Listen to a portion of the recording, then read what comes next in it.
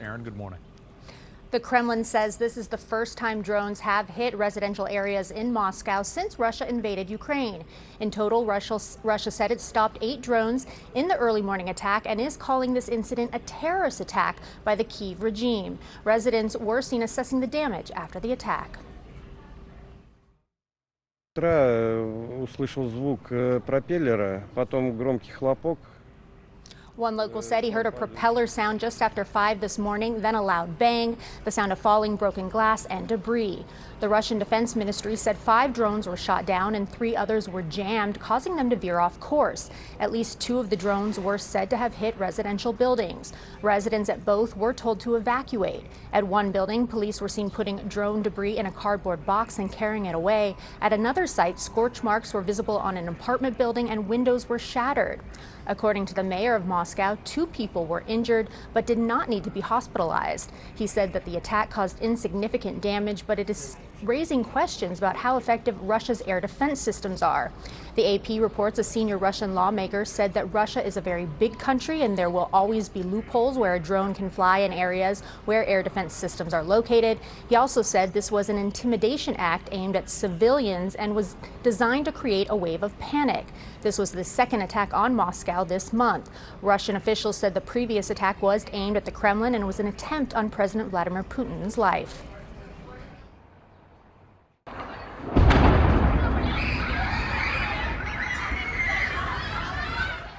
And in Kyiv yesterday, children and adults ran for cover as Russian ballistic missiles took aim at the Ukrainian capital. Many fled to the subway for safety. The attack happened during the day, which was a surprise to many as residents there have mostly dealt with nighttime attacks.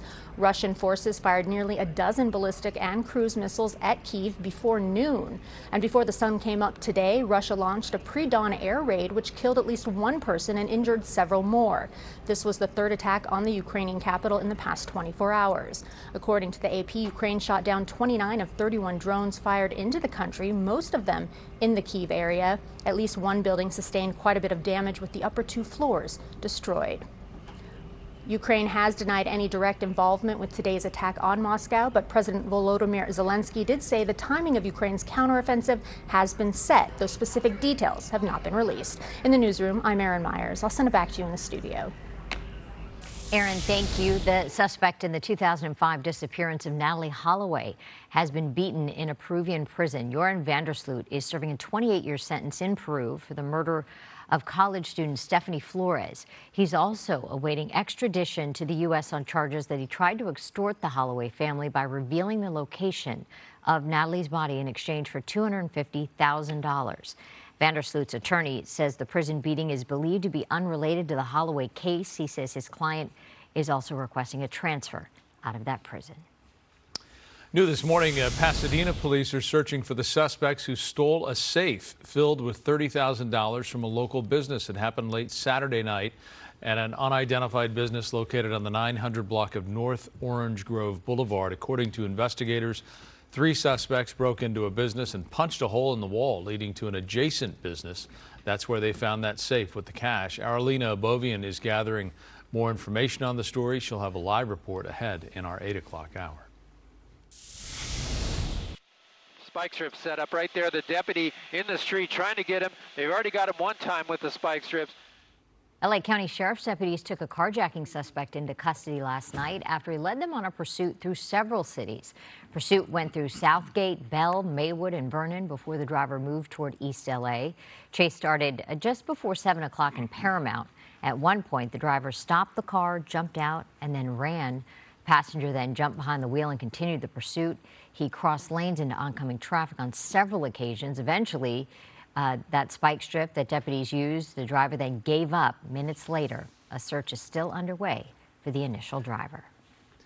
In Compton, 2 people were injured when the pursuit of a stolen car ended in a crash. LA County deputies say the pursuit started just after 8 last night at 95th and Budlong. The driver ended up crashing into another vehicle at 148th Street and was quickly taken into custody. 2 people in the other vehicle were treated for minor injuries.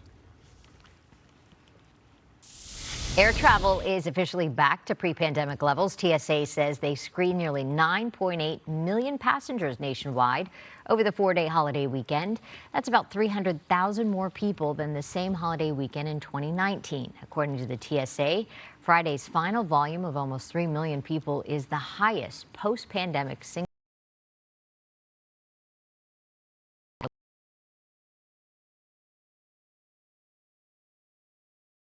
Last Thursday, the airport broke a single-day post-pandemic record with 224,000 travelers. LAX anticipated a total of 1.2 million people for the Memorial Day travel period.